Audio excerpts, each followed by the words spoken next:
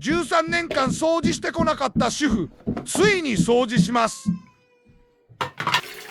おい、発見したぞ。何がかわかるか？